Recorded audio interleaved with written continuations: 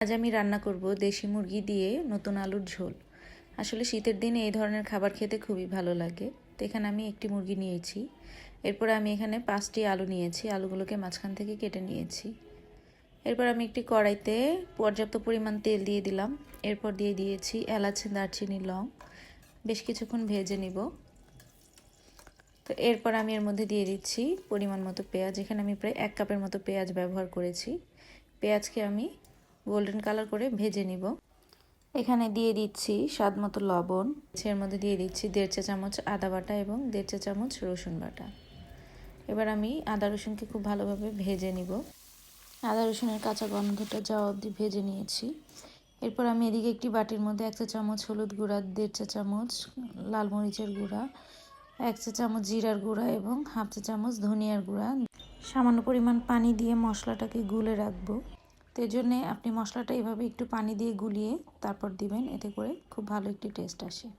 তো এরপর আমি পেঁয়াজের মধ্যে মশলাটা দিয়ে দিলাম, দিয়ে বেশ কিছুক্ষণ নেড়ে কষিয়ে নেব। এরপর আমি সামান্য পরিমাণ পানি দিয়ে নিচ্ছি, দিয়ে মশলাটাকে প্রায় 3 থেকে 4 মিনিটের মতো কষিয়ে নেব।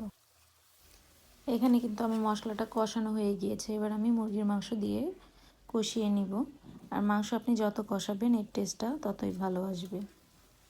তো আমি প্রায় 10 মিনিটের মতো মুরগির মাংসটা কষিয়ে নিয়েছি। আর দেশি মুরগি হতেও কিন্তু একটু সময় লাগে।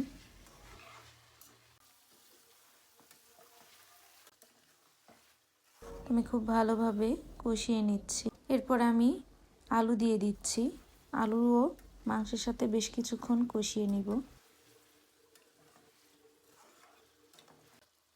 তো এখানে কিন্তু আমার মাংসটা কষানো হয়ে গিয়েছে। এবার আমি এর মধ্যে পানি দিয়ে দিচ্ছি। আপনারা ঝোল যেমন পছন্দ করেন তেমন পানি দিবেন।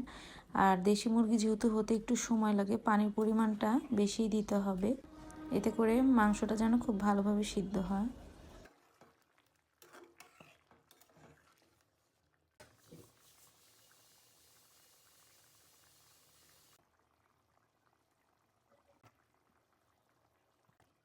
এরপর আমি একটি ঢাকনা দিয়ে ঢেকে রেখে দেবো প্রায় 5 মিনিটের মতো। তো 5 মিনিট পর ঢাকনা খুলে দেখে নিচ্ছি। এখানে কিন্তু আমার মুরগির মাংসটা খুব ভালোভাবে সিদ্ধ হয়ে গিয়েছে। দিয়ে দিচ্ছি কাঁচামরিচ, আস্ত কাঁচামরিচ, সাথে দিয়ে দিচ্ছি গরম মশলার গুঁড়া। দিয়ে আমি একটু নেড়ে মাংসটাকে নামিয়ে নিব।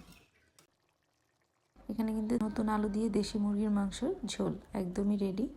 এবার আমি নামিয়ে সার্ভ করে নেব। কালারটা দেখেই বুঝতে পারছেন কতটা টেস্ট হয়েছে। তো আমি সার্ভ করে নিলাম। আশা করি আজকের আমার এই রান্না ভালো লেগেছে। আর যদি ভালো লেগে থাকে তাহলে অবশ্যই লাইক, কমেন্ট এবং শেয়ার করতে ভুলবেন না। ধন্যবাদ সবাইকে।